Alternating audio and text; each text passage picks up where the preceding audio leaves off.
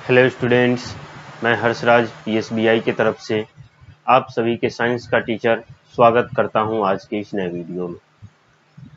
आज के क्लास में हम लोग अदर वे ऑफ ईटिंग पढ़ने वाले हैं। पिछले क्लास में हम लोगों ने तो बहुत सारे ईटिंग हैबिट्स के बारे में पढ़ा था। आज की क्लास में हम लोग अदर वे ऑफ ईटिंग से शुरू करने वाले हैं। तो चलिए शुरू करते हैं आज का क्लास। जैसा कि आप सभी देख रहे होंगे,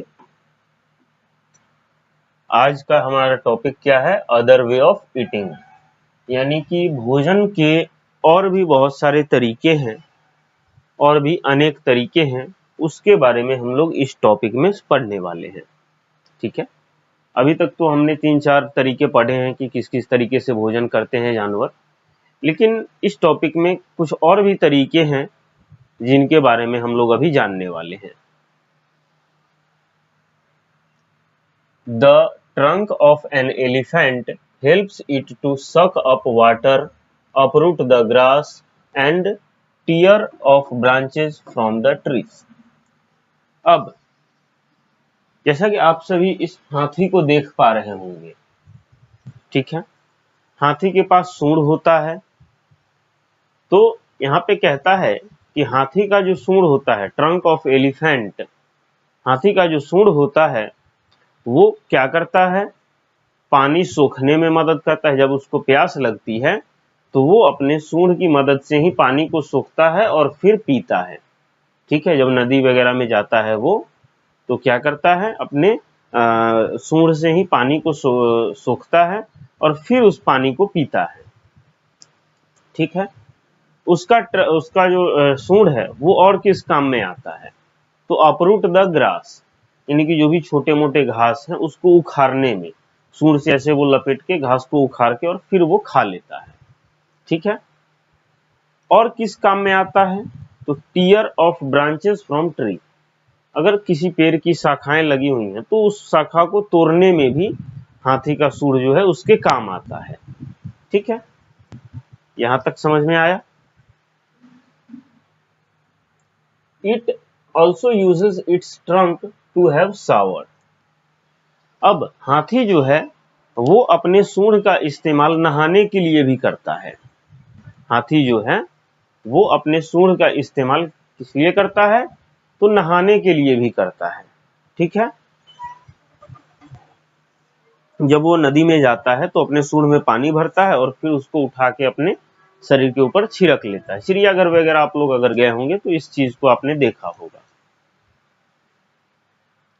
अब आता है N earthworm digs the soil and turns it upside down in search of bits of dead plant and animals as its food. अब एक अर्थवर्म जो केंचुआ होता है वो अपना भोजन कैसे तलाश करता है या वो अपना भोजन कैसे करता है? तो एक अर्थवर्म जो होता है, एक केंचुआ जो होता है, वो क्या करता है? वो जमीन को खोदते जाता है, जमीन में होल करते जाता है, छेद करते जाता है। क्यों छेद करता है? कि ताकि वो अपने भोजन की तलाश में, अब उसका भोजन क्या है? तो कुछ सड़ा हुआ पौधा है, कुछ डिड और डिकेइंग एनिमल्स पार्ट्स है, कुछ कीड़े मकोड़े वगैरह जो है वो उसको अपना भोजन बनाता है और इसी के सर्च में जो है वो जमीन को खोदता है और जमीन के नीचे जाता है। ठीक है, और वो अपने in search of bits of dead plant and animals as its food.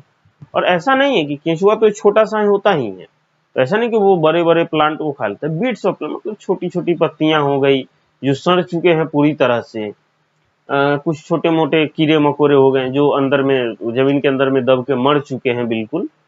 तो वैसे कीड़ों की तलाश में जो है वो अर्थवर्म जमीन को खोदती है और फिर उसको अपना भोजन बनाती है। आई बात समझ में? अब आगे देखिए।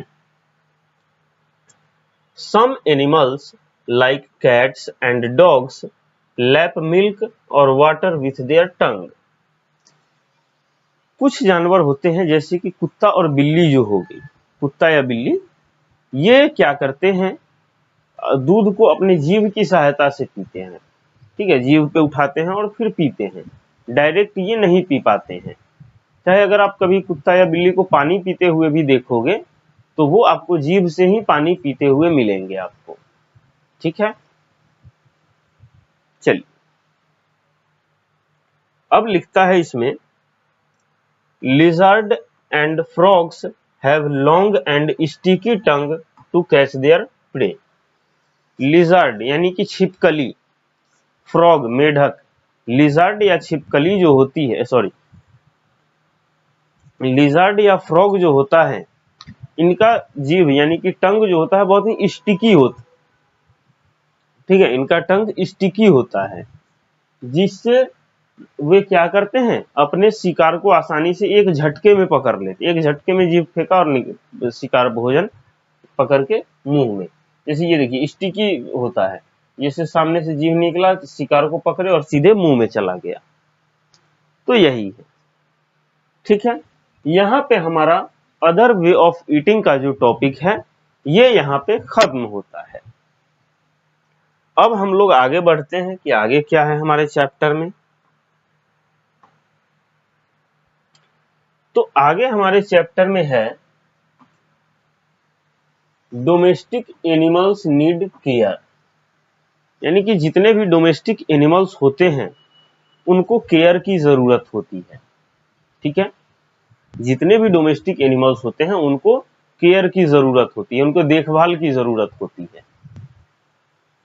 तो अब देखते हैं, animals like cow, oxen, camel, dog, etc which serve us by doing work for us are called domestic animal।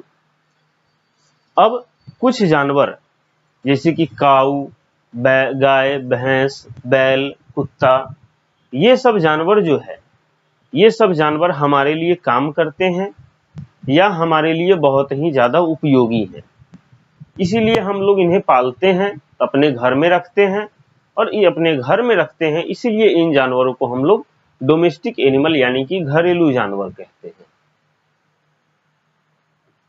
We should take good care of them and look after them. तो हम लोग इसको अपने घर में रखते हैं, इसलिए हम लोग अपने तरफ से बहुत अच्छी कोशिश करते हैं कि इनका केयर जो है बहुत अच्छे से किया जा सके। आई बात समझ में? चलिए पहला पॉइंट है, we should give them healthy food and water at proper time and in clean vessel. तो हम लोग अपने डोमेस्टिक एनिमल को जो है प्रॉपर टाइम पे खाना देते हैं, हरी घास, चारा, दाना, दलहन वगैरह देते हैं, प्रॉपर टाइम पे पानी देते हैं साफ सुथरे बर्तनों में, ठीक है, ताकि वो बीमार ना हो, उनको गंदा भोजन ना मिले। अगला पॉइंट है, their shelters must be clean regularly.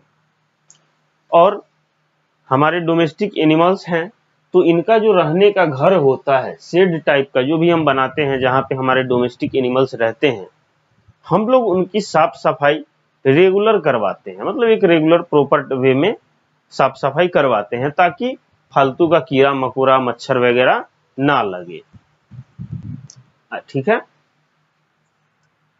अगला पॉइंट है, proper treatment should be given to sick animals, ठीक है। अब मान लीजिए कभी कभार हमारा जो डोमेस्टिक एनिमल है, हमारा जो घरेलू जानवर है, वो कभी बीमार हो गया, ठीक है, वो कभी बीमार हो गया, तो बीमार हो जाता है, तो अगर मान लो हमारा डोमेस्टिक एनिमल ना रहे तो हम कहेंगे हमको क्या मतलब है, लेकिन हमारा डोमेस्टिक एनिमल है तो इसलिए हम लोग उसे डॉक्टर को बुला के चेकअप करवाते हैं, दवाई वगैरह प्रोवाइड कराते हैं। आई बात समझ में? नेक्स्ट पॉइंट कहता है, we should always be kind to domestic animals.